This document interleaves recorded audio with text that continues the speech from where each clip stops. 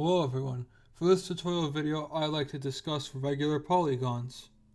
which like many things in geometry has a very specific definition. In particular, a polygon is regular if and only if the sides have equal length and the angles between each side has equal measure.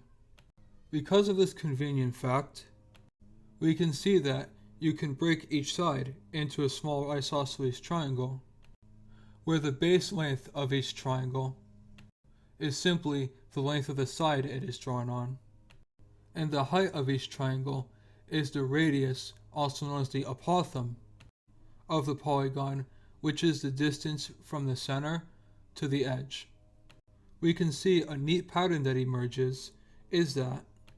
the total number of triangles is exactly equal to the number of sides of the polygon. And this works even for equilateral triangles or squares, owing to the fact they have equal sides and angles by definition.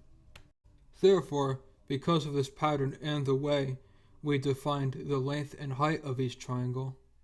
we can see the overall area of the polygon must be 1/2 times side length times radius times the number of sides, and we can confirm this method with a square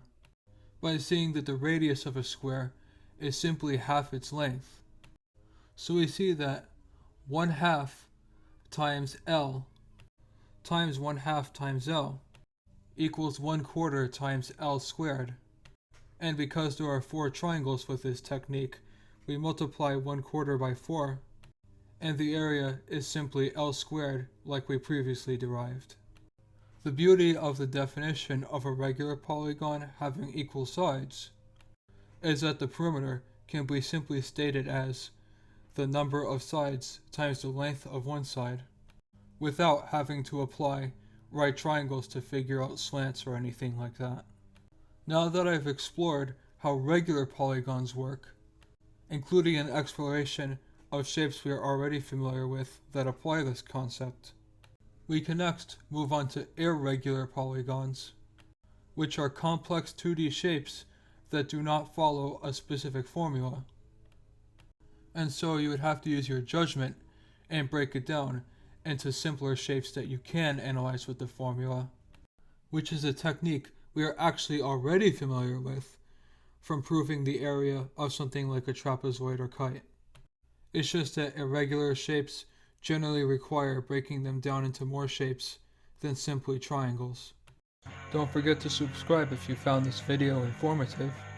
and make sure to see the other tutorial videos, and follow me on either Facebook or Twitter for more content.